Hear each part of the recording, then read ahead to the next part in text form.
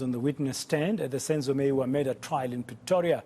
He was one of the first officers on the scene on the night the soccer star was shot. Our reporter Moloko Moloto is following court proceedings there today, joining us now just to give us a sense what is taking place inside court today. Moloko, good afternoon. Welcome to today.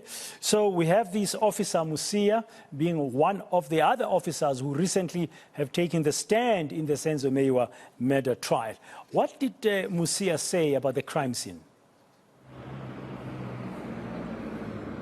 Good afternoon, Braden Moyani. Well, Mr. Thabo Mosia, who is a sergeant now at the time, he was a police constable responsible for taking forensic data from the crime scenes. He says he was phoned to attend to the crime scene at the Khumalo house in Vosloorus 4 hours after the shooting incident had happened. And you would know, Braden, the significance of attending to the crime scenes at least on time, because the forensic people will have to swap, for instance, the door handles, the doors, and any other thing where they believe they would possibly even extract the fingerprints. And also just to ensure that they assess the crime scene and record even the exhibits or any piece of evidence. So doing that with speed is crucially important. Now, he says that he was only told about this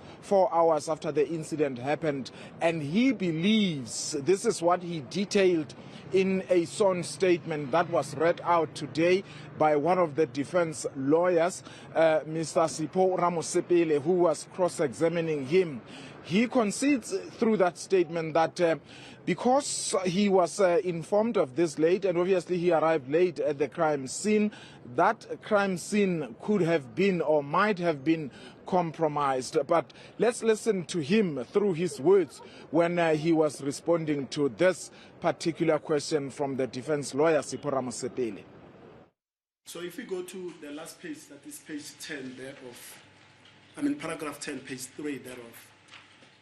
If I read and I quote, the incident of a murder scene was reported 4 hours late, and the crime scene address was not yet known to me at the time it was reported to me.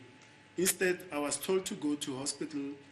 All the delays before me reporting the matter to relevant role players might have compromised the murder crime scene. Do you see that paragraph?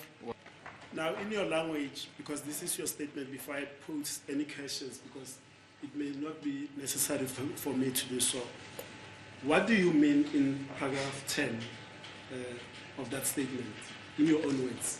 Kamantswe how o hlalosa hore mabapi le paragraph 10 ena ke hlalosa hore crime scene engwe le engwe e hloka hore e phallelo ka bonako. I'm trying to explain that every crime scene should be attended to without any waste of time. And Mosia on the stand was talking about what he found and saw and did when he went inside the home. Tell us about that, Moloko. Yes, that is true, Braden. Obviously, he had to gain access into the house and make an assessment of the crime scene. But before I respond to that question, Braden, one other important thing that Mr. Mosia mentioned in court was that he chose not to do the gunpowder residue test on the people who were with Senzo Meyiwa in the house on the day he was shot. We heard in court that when somebody fires a shot, there's certain gunpowder that would, be on their hands and even on their clothes, and that can be helpful when it comes to the police investigations. And this obviously speaks to the criticism or the manner in which the police really have been doing their investigations. He says he chose not to do that gunpowder residue test because those people, for him, they were not suspects. We had the judge last week questioning why the police did not even do the tests on the clothes that the people were in the house when Senzo Meyiwa was killed, why they did not do that for the forensic and DNA tests. Now, after Mosia entered into the house, he says that he saw a bullet hole on the floor, and then he had to look around looking for the cartridges as well as the bullets. And interestingly, he told the court that he really did not move any items around. In that small kitchen that we see through the pictures, he did not move even whatever that was on the cabinet next to the sink. He did not move anything. And he was asked whether he's aware that a bullet can, ricochet. That is the term that they used. And he says, yes, I'm aware. Yet he looked around without really moving anything, and he only saw one bullet that he said was fragmented. He did not see any cartridges, and that obviously is one matter which the defense was really criticizing, to say, what really stopped you as the forensic investigator from moving things around so that you can be able to ascertain that what you are looking for indeed is not there. Let's listen to his response. Now let's start on the left, where there are those glass jars. I think there's a kiddies formula can or whatever, the orange thing here, bluish in color as well, the brown dots on the left of that picture.